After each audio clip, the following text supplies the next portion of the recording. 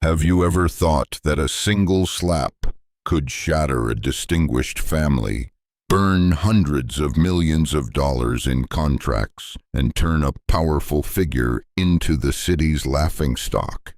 That night, in the most luxurious restaurant in Los Angeles, every knife and fork went still. Every gaze converged on a blow that seemed meaningless. But within 60 seconds, it became a fateful moment, one that flipped the slapper's destiny and raised the one slapped into an emblem of pride. Want to know what happened after that sharp smack?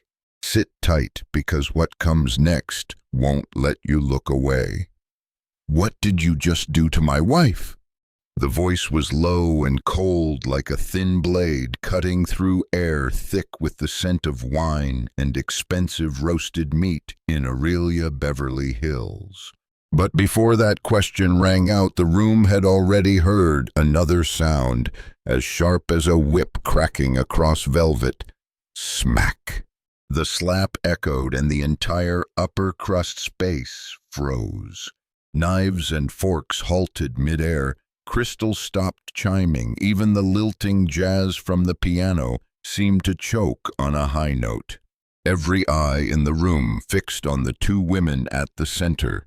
On one side, Victoria Langford, regal poise, a white bodycon dress accentuating the confidence of a woman used to standing atop the social pyramid.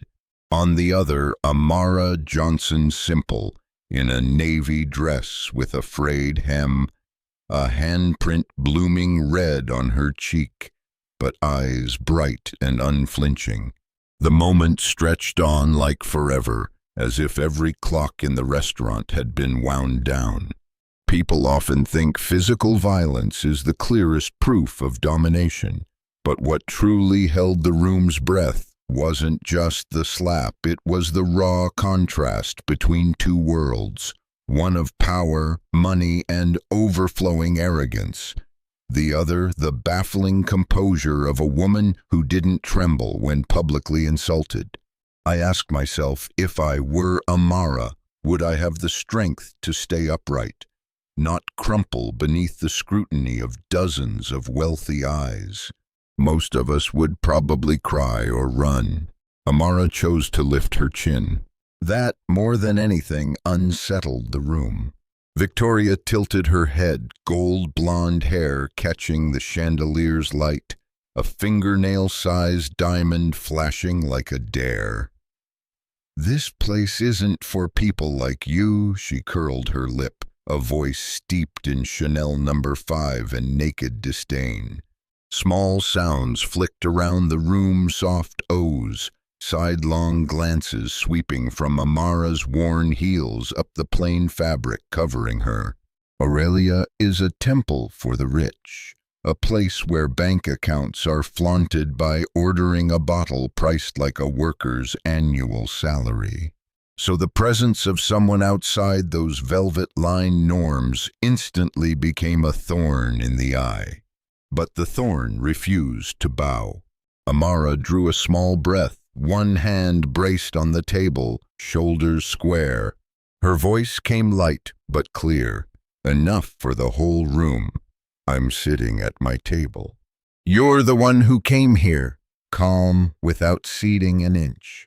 The reply left some diners unsettled. They were used to a script. The weaker one apologizes, leaves, lowers her gaze. Amara didn't follow that script, and that itself was a counterslap to the standards Victoria believed she had the right to impose. A hard smile pulled at Victoria's mouth. She leaned in, voice sharper. "Don't perform. Aurelia has standards. A Target dress and worn-out heels don't buy this chair." The room went dead quiet. Eyes began to flick to one another, testing the air. Some agreed, some looked away, because deep down everyone knew they were witnessing more than a personal spat. It was a live demonstration of class prejudice. Victoria's slap wasn't aimed only at Amara.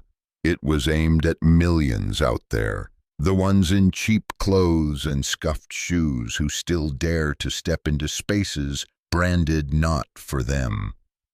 I thought about the society we live in, where the boundary between rich and poor is often measured by labels stitched into collars. We all know those condescending looks, those suggestive whispers when someone doesn't belong.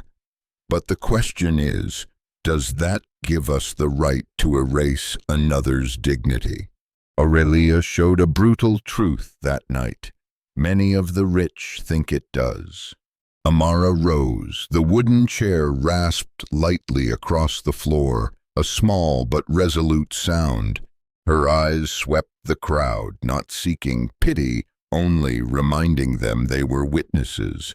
"You just assaulted me." "Right here," she said, each word ringing like a metal note. Victoria blinked, forcing composure. Self-defense. "She threatened me." Everyone saw the pretense fell with a thud. No one stood, but an elderly man by the window nodded, his voice gravelly. "I heard."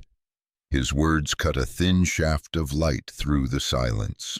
And then Aurelia's glass doors swung open. Footsteps rang on the marble. A tall man in a dark suit strode forward, winter-cold eyes sweeping the room. Nathan Cole, the name people dropped their voices to say. CEO of Orion Systems, a reclusive tech billionaire, the kind who appears on business covers, not in shouting matches. But this time he stood beside Amara, gaze aimed straight at Victoria. "What did you just do to my wife?" Nathan repeated. Slow, the words hit the floor like stone. The entire room went soundless. Phones that had been secretly filming were raised openly now. Someone whispered, "Cole, it's Cole." In a breath, the scene shifted from a personal clash to a social quake. Victoria stalled for half a beat, only half, then raised her chin, hauteur intact. "I don't know who she is." Nathan didn't blink. "And if she were no one, you still think you can raise your hand?" The room detonated in silence. I shiver even imagining it now. Some questions don't need to be shouted. Said with absolute certainty, they can collapse a room. From that second, an invisible line scored Aurelia's marble floor. From here on, nothing would be the same.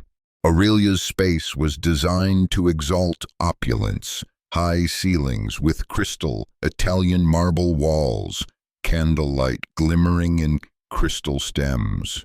But that night it became a stage, every detail a backdrop for an unscripted drama. And the focal point wasn't five-star dishes or sweet jazz.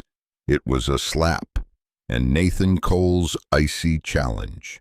Victoria Langford, a woman used to living on others' admiration and bows, found herself the accused. The chandelier's gold light revealed every vein on the hand she'd just brought down on Amara's cheek less than a minute earlier. She tried to hold steady, red lips curling in defiance. "I'm protecting this place's order. People who don't belong shouldn't sit in that chair." A murmur spread. Some wealthy patrons nodded, others rolled their eyes, as if seeing for the first time the naked truth in Aurelia's gilded mirrors. Money sometimes legalizes insult. I wondered how often have we watched someone be diminished for not wearing something expensive enough? How often did we choose silence because that truth is too inconvenient? Amara didn't answer right away. She pressed her palm to the cheek still burning. In her eyes there was no raging fury, only the steady light of someone who knows she's not wrong. She turned to Nathan. Their eyes met, a brief moment enough for the room to understand. Her calm didn't come from weakness. It came from the belief that someone would stand beside her. Nathan stepped once more, the click of leather on marble beating time to a gathering storm. "Who do you think you are to raise your hand to my wife?" He didn't need to shout.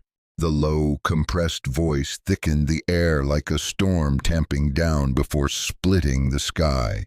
A few guests by the windows shifted their chairs, as if his words could push them back. Victoria laughed, a tinny scrape like metal on glass. "Your wife?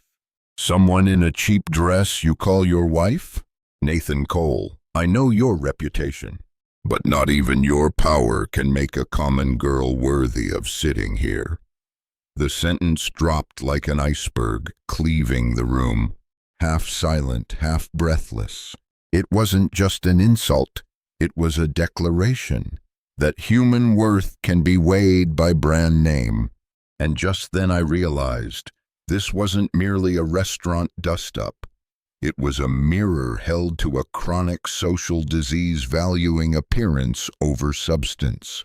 Amara stood, the chair edged across the floor, small but decisive. She didn't cry, didn't shake. The deep brown of her eyes burned with resolve. "I may not wear Valentino or carry Hermes," she said, voice low but carrying. "But that doesn't give you the right to strike me or humiliate me in front of everyone." The murmurs widened. Some guests nodded, others sipped wine to hide their discomfort. In many eyes, Amara's quiet confidence was more staggering than the slap. Because the truth, when someone without money stands upright before power, it is the rich one who's revealed to be hollow. Nathan laid a hand on his wife's shoulder, a solid, tacit claim. She isn't alone. Then he faced Victoria, green eyes like ice, words driven like nails. "Tonight this city will remember, not that you struck a random woman, but that you struck Nathan Cole's wife. And that arrogance will cost you." You might wonder, is Nathan abusing his power, turning a private conflict into public retribution? Put yourself in his place. A man watching his wife be humiliated under dozens of strange eyes, turned into dinner gossip.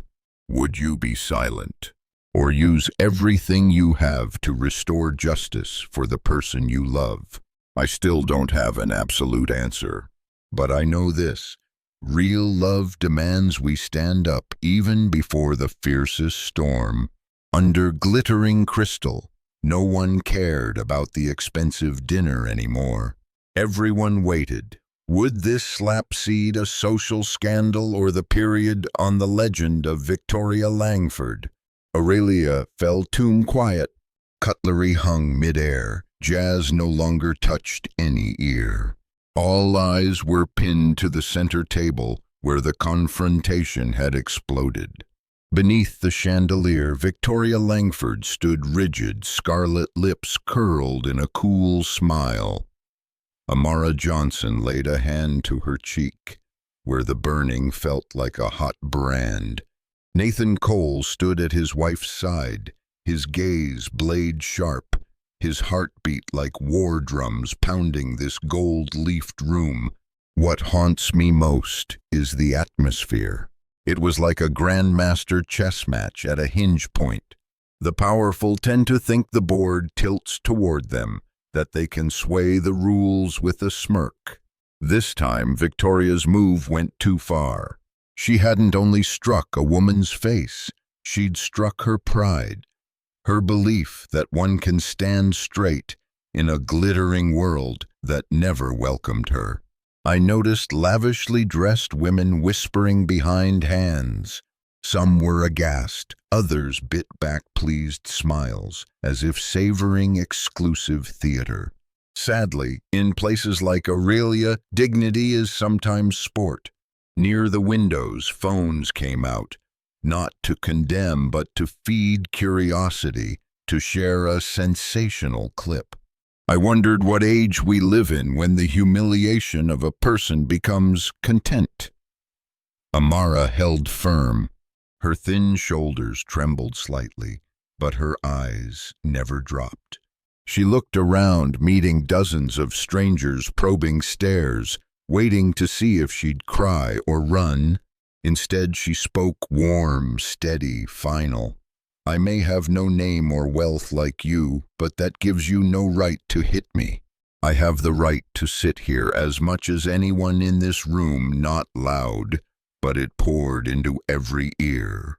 Some leaned back, shaking heads. Some nodded, moved by a power beyond gaudy glamour. The truth is simple. Dignity doesn't need a membership card or a seven-figure account. It needs one person willing to stand and say, enough. Nathan's hand on his wife's shoulder was a vow. He turned to Victoria, his voice low but resounding. You've forgotten the line between arrogance and wrongdoing. Let me remind you, you laid hands on my wife, and this entire city will soon know it. The air thickened like the gust before a storm. Those who'd known Nathan only as a Forbes cover finally felt the force behind the tall frame and green eyes. Victoria laughed, but the smile warped. She lifted her chin, tugging the white Chanel as a last shield. Who are you to teach me how to behave in this world? I've built relationships in this city since before you had a name. I know everyone. I command every table. Your wife is nothing but a stray here tonight. The words didn't just belittle Amara. They claimed that social power overrides truth. And that chilled me. How often in real life is status used to distort reality, to turn victims into culprits, to force the powerless silent? In that moment, Amara lifted her head and looked straight at Victoria. Crystal light caught in her eyes, reflecting a hard gleam. She didn't shout or argue. Her quiet exposed the emptiness in the other woman's words. And everyone present knew, under Aurelia's chandeliers, a new chapter opened, one where the rich and powerful would relearn the most basic lesson, respect. In Aurelia's splendor, where every silver spoon threw back crystal light, a dry crack split the air, shredding the politeness propping it up. Smack! The slap crashed into Amara Johnson's skin and ricocheted into every ear in that gilded room. People say nothing is quieter than after an explosion. That night, Aurelia proved the opposite. Nothing is heavier than after a public slap. Amara didn't cry out. She touched her cheek, smooth brown skin stained a deep red. Her fingers trembled, not from fear, but a body's reflex to sudden pain. But her eyes, that's what made the room hold its breath. No bowing, no flinching. She looked straight ahead through the air, then slowly toward her husband, coming closer. Victoria Langford, the one who struck, stood like she'd done the right thing. Red lips curved, eyes taunting. The little grunt of laughter carried the confidence of someone accustomed to winning every social collision. To her, it had been a lesson, a warning shot to remind that not everyone gets the center table. What she didn't foresee was the air shifting around her. The looks were no longer aligned. There was shock, anger, and a second-hand shame. A middle-aged man by the bar muttered, "Unbelievable. In Beverly Hills in the 21st century, someone still thinks they can hit another person over clothes." Quiet words loud enough for nearby tables. From such murmurs, doubt spread. Nathan was already beside his wife. His steady hand on her shoulder became an invisible shield. His green eyes drilled into Victoria. His voice came low, enough to still the room. "What did you just do?" Some expected a rage, shouting, a slammed table. Nathan didn't need noise. His tone was far thunder, not deafening but promising a coming storm. People near the window shifted, feeling the tension surge. Victoria lifted her chin, that sharp, nasal pitch. I showed her her place. People who don't belong shouldn't sit here. I protect the standards of this place, standards. The word rang like a double-edged knife. What exactly were Victoria's standards? Branded gowns, diamond clutches, the Langford name in every gala. If standards mean hitting a young woman for a simple dress, then they aren't standards, they're a fig leaf for arrogance. Amara stood. The chair's scrape on marble was a thin blade. Slight as she was, her stance was strangely powerful. She looked around, meeting the quiet lenses tilted her way. A tear pricked, but she swallowed it. When she spoke, it was like a clean wind. You may think I don't belong. That doesn't give you the right to hit me. No one has the right to degrade a person for not wearing the same brands as you. The air kicked back. A young woman in the corner blurted, "She's right." A tentative clap came from another table, then died, fear tugging it down. But one clap, one voice of agreement, was enough to loosen the shell of power Victoria wore. Nathan tightened his grip on his wife's shoulder. He looked at Victoria, words heavy as a hammer. You didn't just insult an innocent woman. You insulted me, my family. Believe me, this city will remember what you did. Victoria's eyes flickered. She was used to every word being echoed, used to the Langford name earning nods. Not this time. A few faces looked at her stern. Some shook their heads. Some whispered too far. In that moment, power shifted. Not because Nathan is a billionaire, not because Amara is a CEO's wife. It shifted because truth was laid bare, because a simple slap stripped everything. The arrogance, the pretense, the cruelty in couture.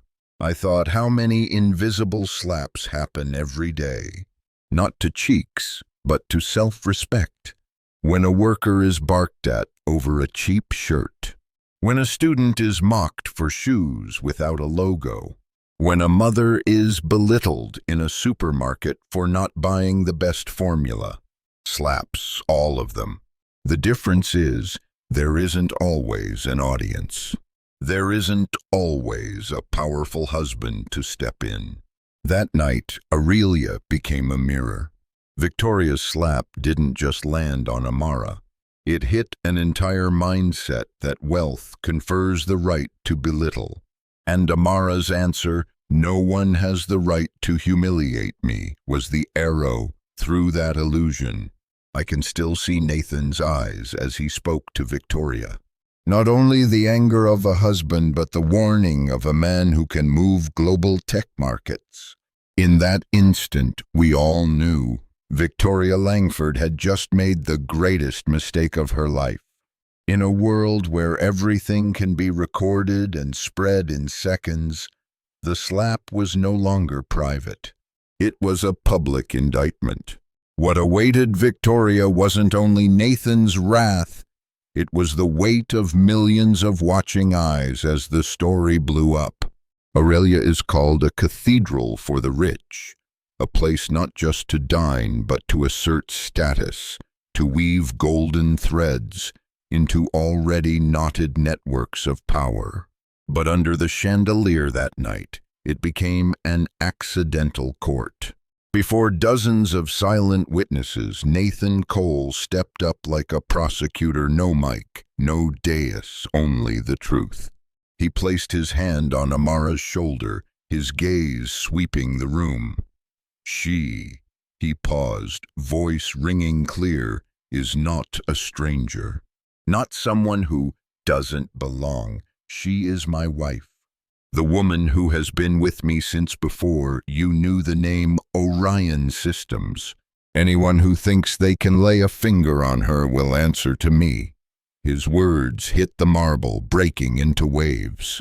Phones raised openly now. Everyone knew this was no minor disturbance. It was a moment destined for headlines. Victoria blinked. Of course, she knew the name Nathan Cole. She hadn't imagined the reclusive magnate appearing like this, not as a Forbes photo, but in front of her as a husband defending his wife. It rattled her. Amara looked at Nathan, eyes wet but proud. She didn't need him to restore her honor. She had done that by facing the slap with quiet steel. But his public stand in front of everyone declared she didn't have to fight alone. I thought of millions of women who've endured humiliation in silence, with no one to speak for them. When Nathan set his hand on Amara's shoulder, it was not just love. It was a statement to the world. "You can't keep pretending not to see." He said, "Wife?" A guest murmured, puzzled. "She's really Nathan Cole's wife?" The news ran like fire through paper. People by the windows texted. Clips shot outward in an instant. Social media would explode within minutes. In an age of live streams, who can hide the truth? Victoria fought for cold poise. "Even if she is your wife, it doesn't change the fact. She doesn't fit here." This time the words didn't land with the same steel. They trembled, a string pulled too tight. The obvious stood in front of her. She no longer held the room. An older guest rapped the table. "Shameful! Is this how the rich behave? Slap a woman and then rationalize it?" The room jolted. Another chimed in. "We came to eat dinner, not witness violence." Agreement rustled outward. That was when I realized power can flip in seconds. Those who were silent began to speak. Those who tittered at the slap sat flushed and still. The blow that seemed to shore up Victoria's power instead exposed her cruelty and handed strength to the one she scorned. Nathan went on, steady and sure. "Money can buy a seat in this restaurant. It will never buy dignity. Dignity exists only when we respect each other. Tonight, you're the witnesses. My wife was insulted." She stood straight without shaking. The rich one who thought she ruled everything revealed the emptiness in her heart. I shivered, not because it fit the night, but because it fits our world. How often do the wealthy assume they can trample? How often do we keep quiet and let that silence become permission? That night, Nathan didn't only defend his wife. He woke the room, forcing all to face a truth they avoid. Victoria trembled. She stepped back. Her stiletto slipped on marble. In her eyes, I saw confusion knotted with wrath. She was used to fear in others tonight. She was the one retreating. The crowd, once a passive audience, had become an unofficial jury. Were we witnessing the fall of a society queen at the most opulent table in Los Angeles? Likely. Because in this world, slaps don't just leave welts on skin, they leave stains on a city's memory. In Aurelia's bright light, Nathan Cole turned a dinner into a public verdict. If Victoria Langford's slap was a stone dropped in a lake, Nathan Cole's statement was a storm that churned it to the depths. Aurelia, designed to display excess, became a smoking pan where every glance, every flick of a hand could flare to flame. In that air, no one saw medium-rare steaks or smelled oak-tinged Bordeaux. They heard pounding hearts and felt their fingers shake around their glasses. Some guests, long practiced in neutrality, could no longer pretend. A middle-aged woman in a blazing red dress stood and spoke loud enough. "You can't call this protecting standards. I saw it myself." "Mrs. Langford, approached, insulted, and slapped that young woman. Her voice shook, but it held. Silence, then nods spreading like sparks onto dry grass. Phones rose higher. Some had recorded from the start, others began to live stream. The power of our age. Acts inside the most luxurious room can be laid before millions in minutes. If Victoria thought Aurelia was her private stage, it had just gone public, millions of anonymous seats waiting to judge. She realized it. She tried to seize the upper hand, voice like ice. You all understand, not everyone has the right to enter. I did what anyone with self-respect would do. Keep Aurelia unsoiled. Her words were cut by a deep voice from the back. Keep Aurelia unsoiled. Then you've just done the opposite. The silver-haired man by the window again, his voice tolling like an old clock. A murmur spread. The sentence sliced the last gauze shielding her. She snapped her gaze toward him, hard as a blade. But no one looked away anymore. Eyes became flashlights, trained on truth. People often stay silent before power. Once truth finds footing, silence becomes complicity. And no one wanted to be complicit anymore. Amara stood by Nathan. Her cheek still bore the print, but her eyes burned like fire. I looked at her and thought, this is the power many rich will never grasp. The power of an ordinary person. No money, no weapon, standing straight in a storm. That is what frightens Victoria. It's not for sale. With a leader's poise, Nathan turned the room into a hall. He didn't shout or pound the table. You saw, you heard, you will be the witnesses to this truth. No one will flip white to black, turn the victim into the guilty. Not tonight, not at Aurelia. Not while I stand here. His words paved a straight road to justice. I realized something. It wasn't Nathan's money that held the room. It was the clarity of his message. People crave truth. Spoken in a steady voice, it can bend the proudest head. Victoria bit her lip, scrambling. This was a misunderstanding. I acted in self-defense. She looked at me threateningly. A few people laughed. A young woman near the front said, "Threatening? She hadn't even stood up when you approached." Laughter rolled not loud, but enough to make Victoria's defense farce. In seconds, society queen turned into the room's buffoon. I thought of fairness. It can be late, thin, but it finds a way. That night, it didn't come from courts or cops. It came from the quiet unity of witnesses, from the strength of phones, from the pride of a woman who wouldn't bow and the love of a husband who wouldn't be silent. Aurelia's sounds were no longer silver on china. They were whispers, tapping phones, scattered claps swelling into real applause. Someone cried, "Bravo!" It echoed, shattering the heavy hush. Under the blazing crystal, people understood the tide had turned. Victoria Langford stood there lonelier than ever. She'd believed wealth meant never needing to bend. That night in her own temple, she learned the costliest lesson.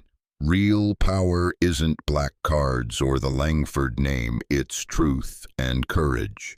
Aurelia minutes earlier, a jazz-drenched jewel had become a scene broadcast past its marble walls. I remember the phones lifting, no longer hidden. The bluish glow lit Victoria's face, throwing her raw anger into every lens. Live streams went on. Instagram, TikTok, Twitter platforms flared like fields set alight. Within 10 minutes, #SlapAtAurelia trended.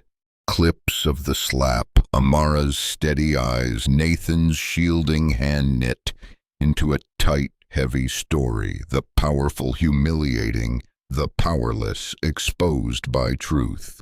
Inside, the mood shifted from shock to witnessing a social phenomenon. People whispered, "This will be the season's biggest scandal."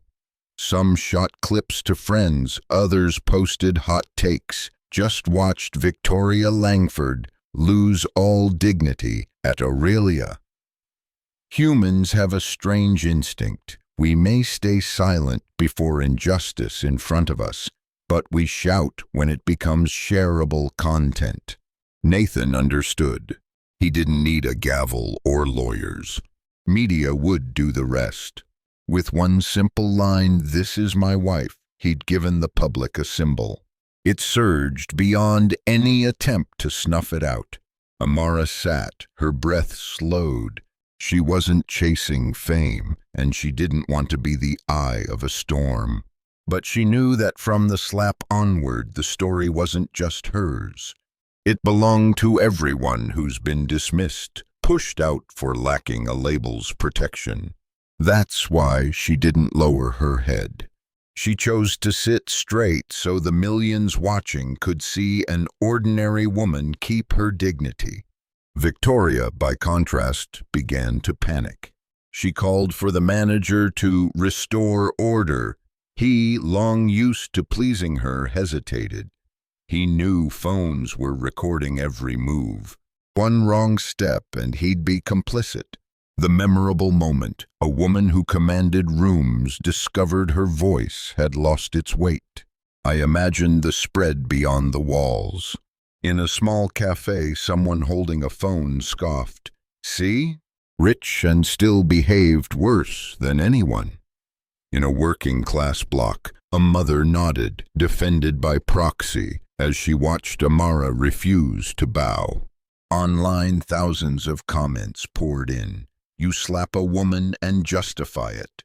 Shame, and Amara stood like a queen. Victoria made herself a clown.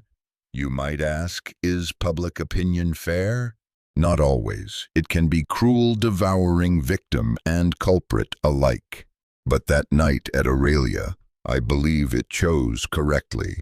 No explanation was needed. A clip was enough. Who struck? Who was struck? What truth was undeniable? Nathan turned to Amara, voice lowered, eyes still like knives. "You're not alone. Tonight, the whole city stands with you." As view counts climbed into the millions, his words stopped being a promise and became fact. Victoria searched for an ally.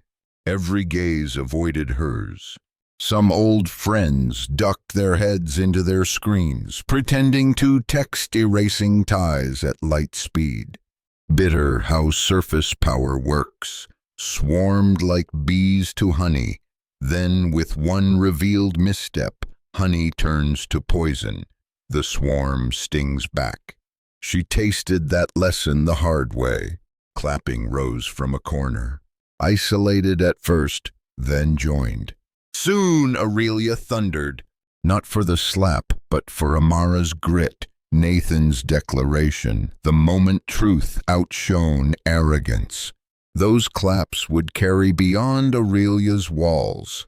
By morning, Los Angeles would know. Last night, an ordinary woman made a society queen bow her head. After the long applause, Aurelia wasn't a restaurant.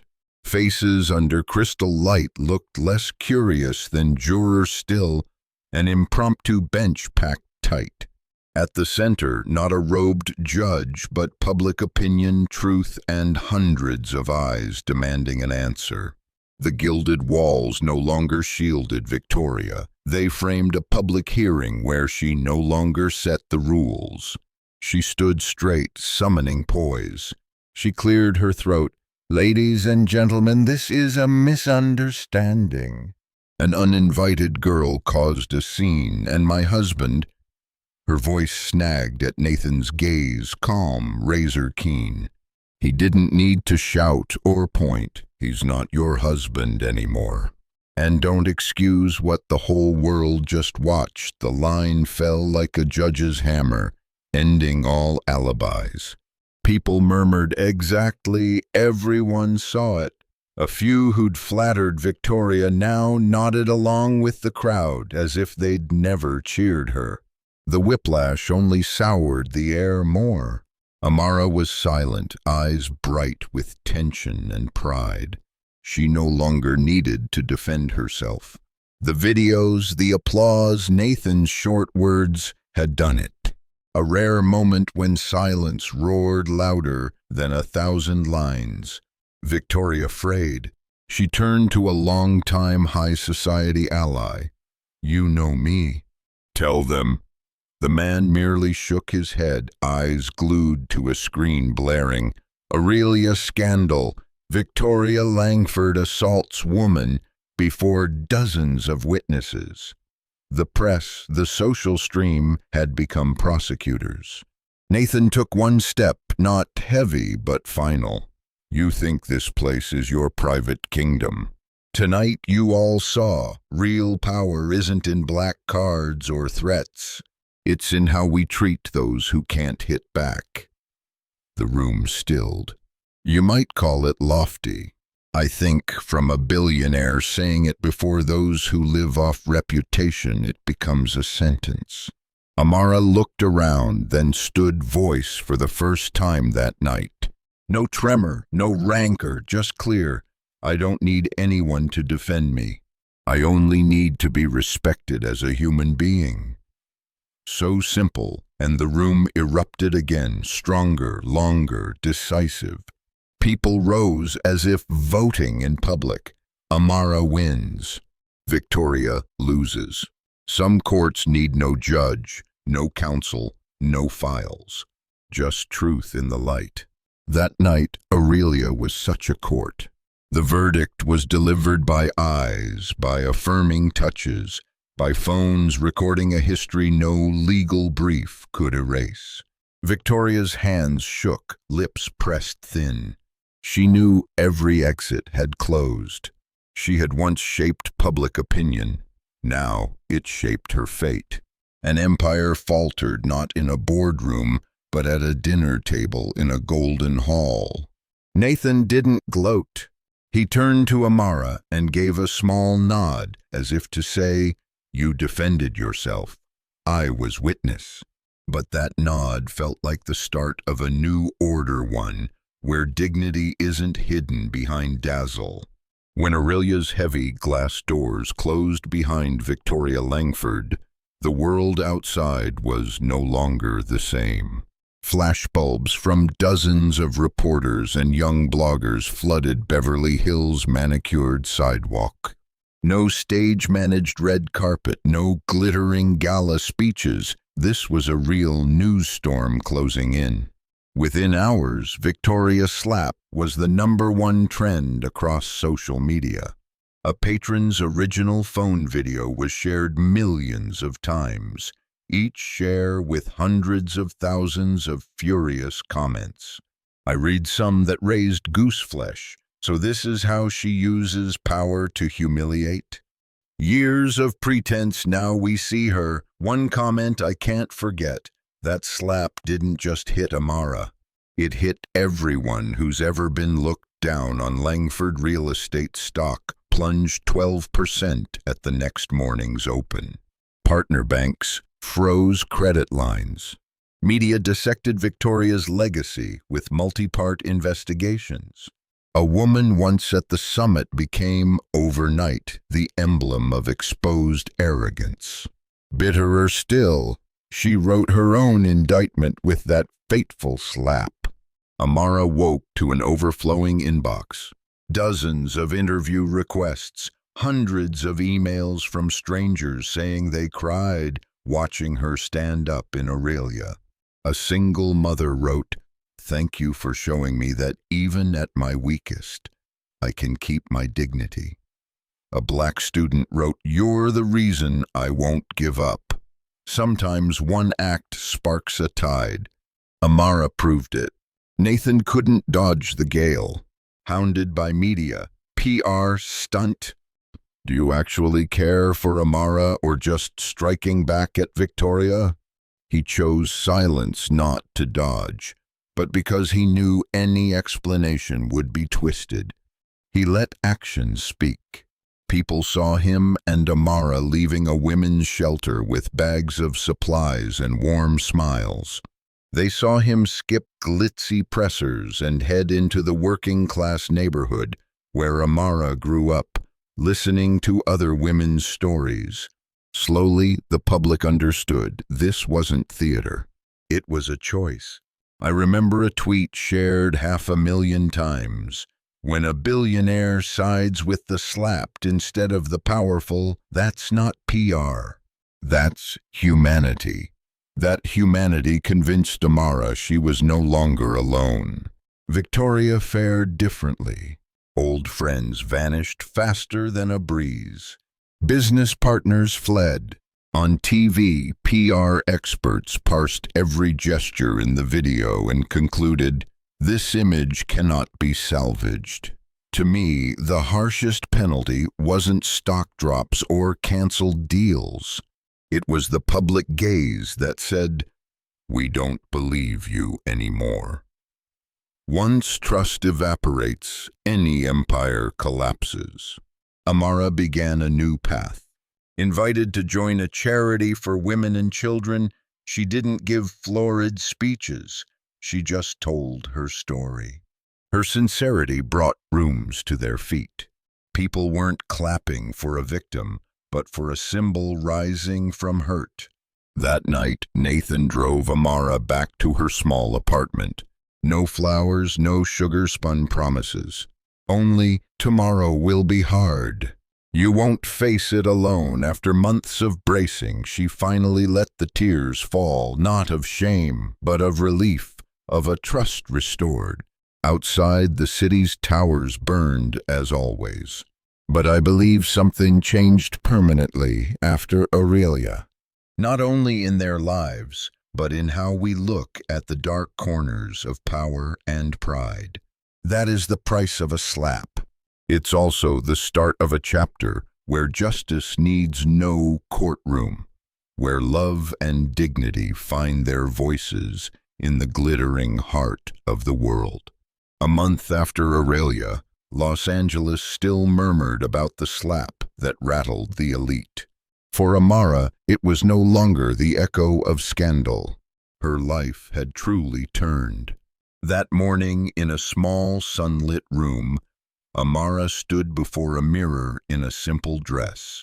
Not a ball gown, not a designer label, just a clean white cotton that fit her well. She smiled. After everything, she knew she'd never needed glitter to feel worthy. What she needed was peace and respect. Nathan entered with a bouquet of lavender. Not dressed like a textbook CEO, but sleeves rolled, simple and neat. His eyes were the same as that night, calm, warm, steely, with resolve. He set the flowers down, took her hand. "Ready?" The voice low and proud. She nodded, no more words. The fear light in her eyes was gone, replaced by trust. Today they would appear publicly at a major charity gala downtown. The press had waited for this, not to count diamonds on her neck, but to see whether the woman humiliated in public would walk into the spotlight with her back straight. When the car door opened, 100 flashes fired. No catcalls, no snide whispers. A hush of regard. Hand in hand, they stepped onto the red carpet. She wasn't a billionaire's shadow. She was herself. Her presence filled the hall. In brief remarks, Nathan didn't cite revenue or expansion plans. He told a story about a fateful dinner where a slap exposed a soul and where a woman chose dignity over submission. Amara taught me a lesson no business school could. Real power doesn't come from money, but from the courage to stand up for yourself. Applause rose, not for Nathan's name, but for the truth of his story. Amara, at his side, felt her heartbeat merge with the clapping. This time they weren't applauding him, or only her, but an obvious truth. Human dignity isn't for sale. When the stage lights softened, Nathan led her out to a balcony over the glittering city. "Do you regret choosing this path?" And he asked softly. She smiled. "No, without that slap, I might have believed I was forever outside the game. Now I know I can rewrite my story." He held her no airy promises. In that moment she felt sure. This was a beginning where love isn't just feeling, it's strength against prejudice. Where justice needs no gavel, but lives in everyday acts. And I, looking at this, realized we think life's blows, the slaps, are full stops. Often they're semicolons, opening a new sentence, one we write with our own resolve. If you're hearing this, ask yourself, how many times have you let others define your worth? How many times have you kept quiet before wrong because you thought your voice too small? Amara proved the opposite. One sentence, one look, one steady stand can change the field. So, if you're ever belittled, remember, dignity isn't something anyone can take unless you give it. A slap, seemingly a flash of temper, became a turning point. It didn't just rip off the mask of a so-called powerful woman, it exposed a chronic social sickness.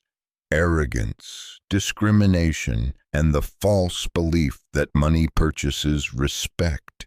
Yet from that humiliation, the diners and the millions watching learned this. Self-respect and decency are the true assets no one can steal or grind underfoot. The story closes not with a wealthy family's collapse, but with dignity's quiet victory. In the end, truth speaks louder than any lie, and those who think themselves untouchable will bow to the consequences of their own acts. And you, if you witness such injustice before your eyes, will you turn away or dare to speak up? If this story made you think, share it so more people find strength in the truth. And don't forget to subscribe to join us in the journeys ahead, where justice and compassion have the last word.